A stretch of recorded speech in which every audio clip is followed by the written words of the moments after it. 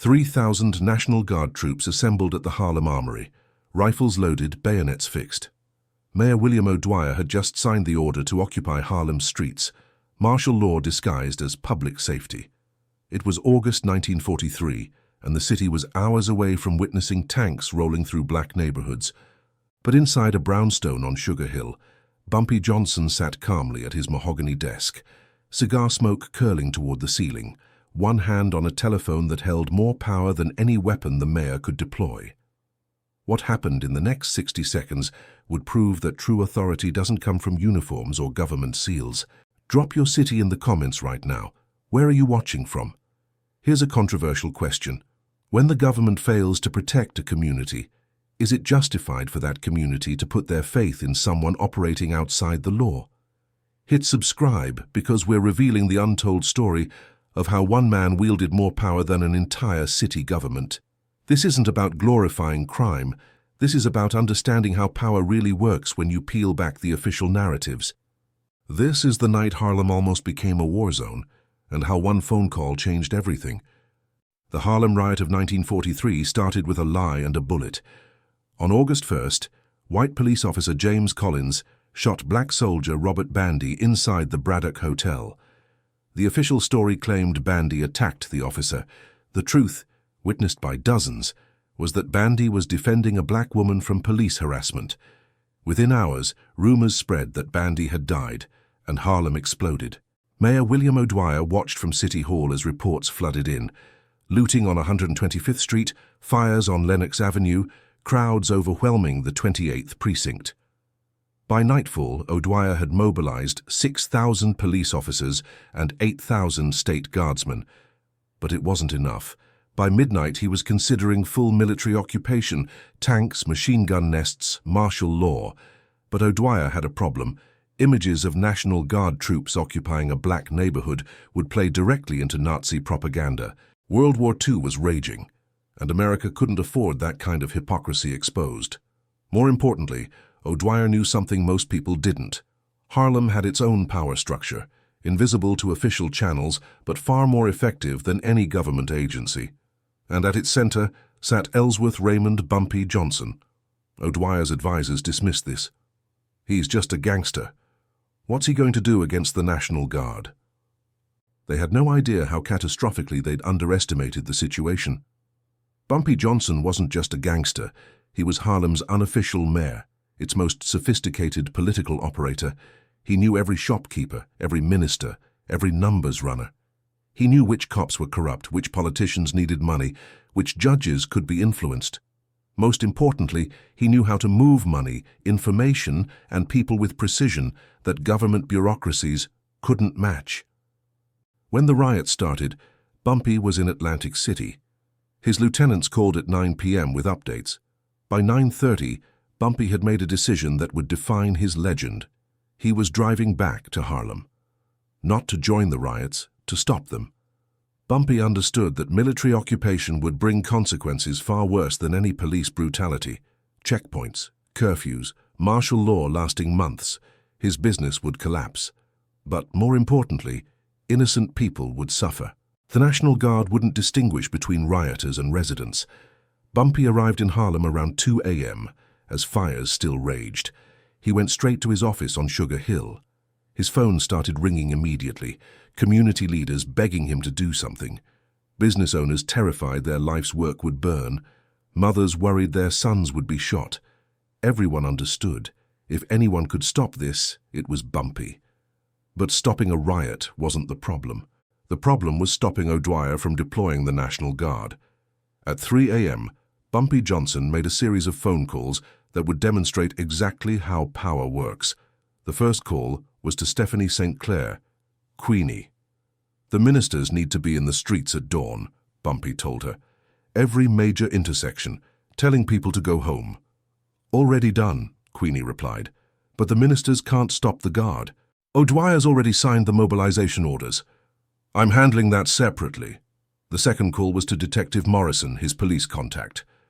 "What's O'Dwyer's timeline for deployment?" 6 hours, maybe less, waiting for Governor Dewey's approval." 6 hours. Not enough time for traditional channels. The third call was the one that mattered. He dialed a number fewer than 10 people in America possessed. A man's voice answered, groggy. "Who is this?" "This is Bumpy Johnson calling from Harlem. What I'm about to tell you will determine whether tomorrow's newspapers call you a hero or destroy your political career permanently." The man on the other end wasn't a gangster. He was someone far more powerful, someone whose involvement would remain secret for decades, and what Bumpy told him in the next 3 minutes would change everything. The man on the phone was Frank Costello, the Prime Minister of the underworld, the mob boss who controlled more of New York than the actual government. Costello had judges, councilmen, police chiefs in his pocket. More importantly, he had leverage over Mayor O'Dwyer through campaign contributions. "Bumpy," Costello said, "it's 3 in the morning. Harlem is burning. This better be good. O'Dwyer is about to deploy National Guard troops into Harlem. Full occupation. If that happens, it'll spark riots in every black neighborhood in America. Detroit, Chicago, LA, they're all watching. You'll see uprisings that make tonight look like nothing." Costello was silent. "What's that got to do with me?" "Everything. Martial law means federal attention, FBI investigations. Everyone connected to O'Dwyer gets examined. And Frank, your connection to O'Dwyer can't survive that scrutiny." When Costello spoke again, his tone had shifted. "What do you want?" "Call O'Dwyer. Tell him deploying the Guard would be a mistake. Tell him community leaders will restore order through unofficial channels. Give Harlem 12 hours and we'll have the streets calm without a single soldier. And if you can't deliver, I will deliver, because I've got more control over Harlem than the NYPD ever had," Costello decided. "I'll call O'Dwyer, but if this blows up, you're on your own." "Understood. And Frank, you owe me. I'll collect someday." The line went dead. Bumpy immediately made more calls. The ministers were mobilizing. Now he needed the street operators, numbers runners, policy bankers, enforcers who controlled individual blocks. "Get everyone off the streets," he told each lieutenant. "No more looting, no more fires. Anyone who refuses, you tell them Bumpy said the riots are over. If they still refuse, make them understand this isn't a request." By 4 a.m., something remarkable happened.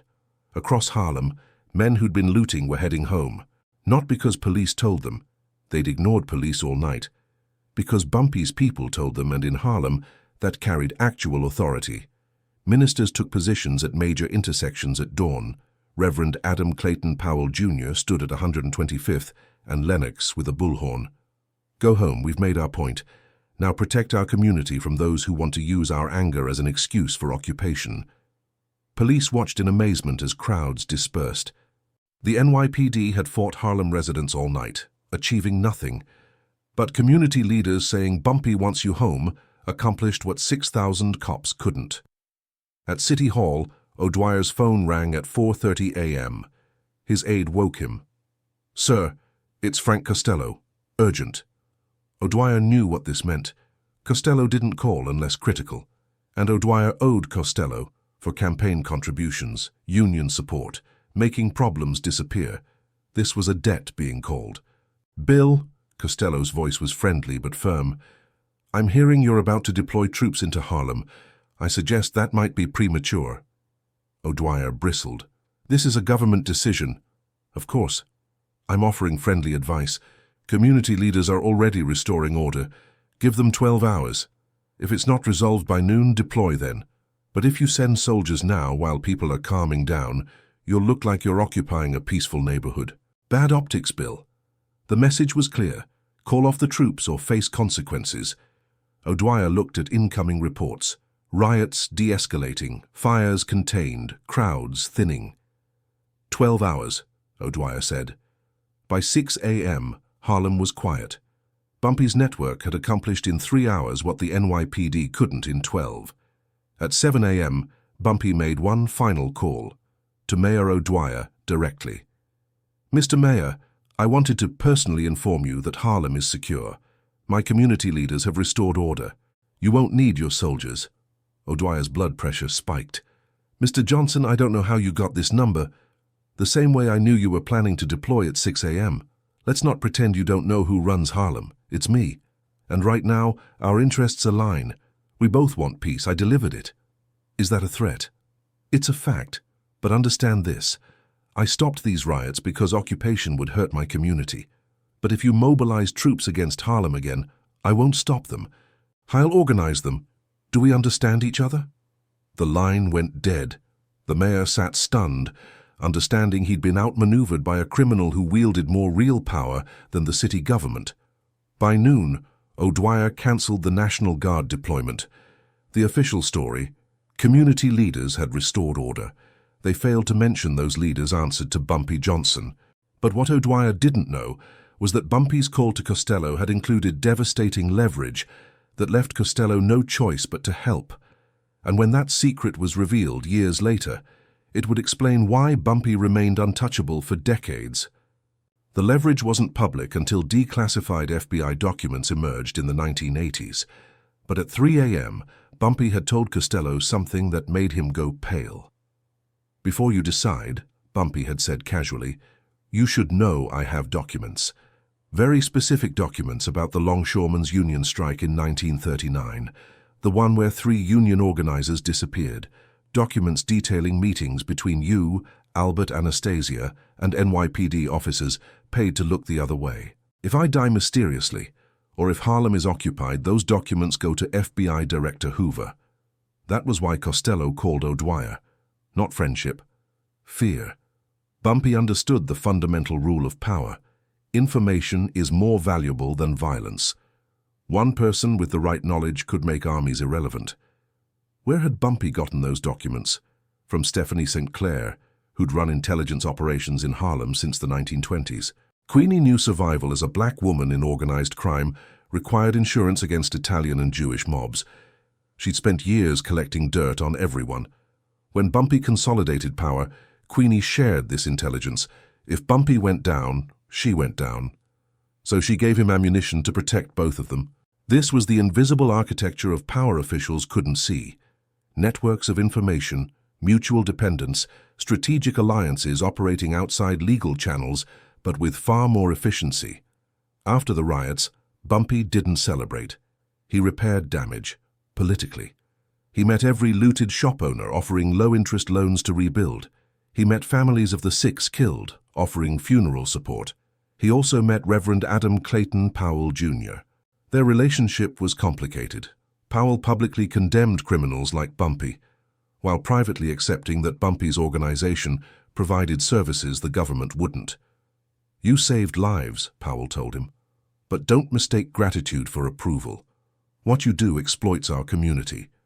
"So does the government," Bumpy replied. "At least my exploitation keeps money in Harlem. Every dollar in policy banks stays in black hands, employs black runners. I'm not a hero, Reverend. But I'm not the enemy either. The enemy is a system forcing communities to choose between corrupt cops and corrupt criminals." Powell had no response, because it was uncomfortably true. Bumpy's handling of the riots made him more famous. Word spread throughout Black America about Harlem's unofficial mayor stopping riots police couldn't control. The FBI noticed. J. Edgar Hoover started a file on Bumpy that would span thousands of pages, but they couldn't arrest him for stopping riots, so they tried turning him into an informant. 2 FBI agents showed up with an offer: provide information about communist infiltration in Harlem, and the Bureau would ignore his gambling operations. Bumpy's response became legendary. "If I informed for you, I'd lose the trust that makes me valuable. That trust is worth more than any immunity." The agents left frustrated. Hoover made Bumpy a permanent target. For 25 years, the FBI investigated him relentlessly, but they never broke him. Bumpy understood. Loyalty can't be purchased with immunity deals. It's earned through protecting your people even when it costs you. Meanwhile, O'Dwyer's career suffered. In 1945, he resigned as mayor to become ambassador to Mexico, an exile before his organized crime connections could be exposed. His personal papers, discovered decades later, included, "The greatest threat to government authority isn't criminals who break laws. It's criminals who understand power better than people enforcing laws. Bumpy Johnson made me realize official authority and real authority are often different things." That was the closest any official came to acknowledging the truth. When O'Dwyer mobilized the National Guard against Harlem, The real power wasn't in City Hall. It was in a brownstone on Sugar Hill, where a man with a telephone did what thousands of armed soldiers couldn't. He brought peace through a phone call. The full scope of Bumpy's accomplishment became clear years later when historians examined FBI files. What emerged was strategic brilliance rivaling legitimate political leaders. Consider the timeline. Riots started 6 p.m. August 1st.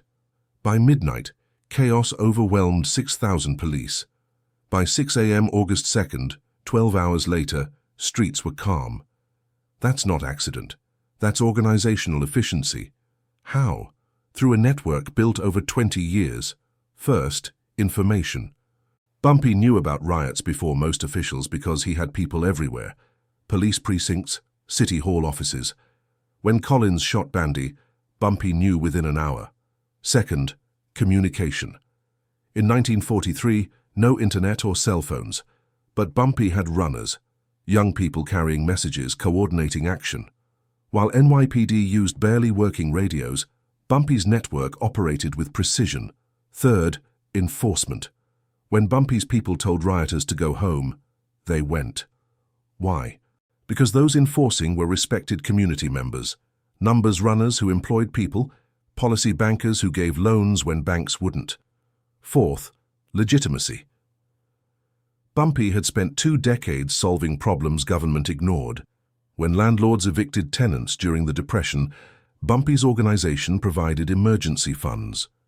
When businesses needed protection from racist violence, Bumpy provided it. This legitimacy meant when Bumpy said, "Trust me, going home serves your interests," people believed him. They'd seen him deliver before. Compare that to government legitimacy based on laws permitting housing discrimination and police beating black citizens with impunity. When governments fail to serve communities, those communities create their own systems. Sometimes mutual aid societies, sometimes organized crime, often both. The riots revealed uncomfortable truth. Racial inequality wasn't just Southern. New York was as segregated as any Jim Crow state. When discrimination boiled over, government's first instinct was military occupation, not addressing root causes. Bumpy understood because he lived it. Military occupation would mean checkpoints searching black men for no reason, curfews costing night shift workers jobs. Government saw a neighborhood needing control. Bumpy saw a community needing protection. His solution, community mobilization, worked because it addressed crisis without creating new problems. After the riots, Bumpy consolidated power further, but he also faced challenges. His visibility made him a target. FBI intensified surveillance. Rival gangs tried encroaching. Some radical activists believed riots should have continued, that military occupation would spark national uprising, forcing real change. They saw Bumpy as a sellout. This created an impossible position. Government saw him as dangerous criminal. Radicals saw him as too moderate.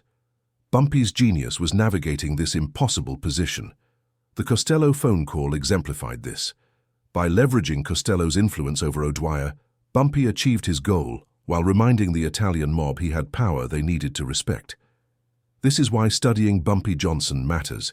He was a master strategist, understanding power dynamics at levels most political scientists don't. He knew power flows through informal networks as much as formal institutions. He knew leverage comes from information and relationships. He knew legitimacy is earned through action, and he knew one well-placed phone call could accomplish more than an entire army. Mayor O'Dwyer had the National Guard, NYPD, legal authority. Bumpy Johnson had a phone number and relationships to make that call matter.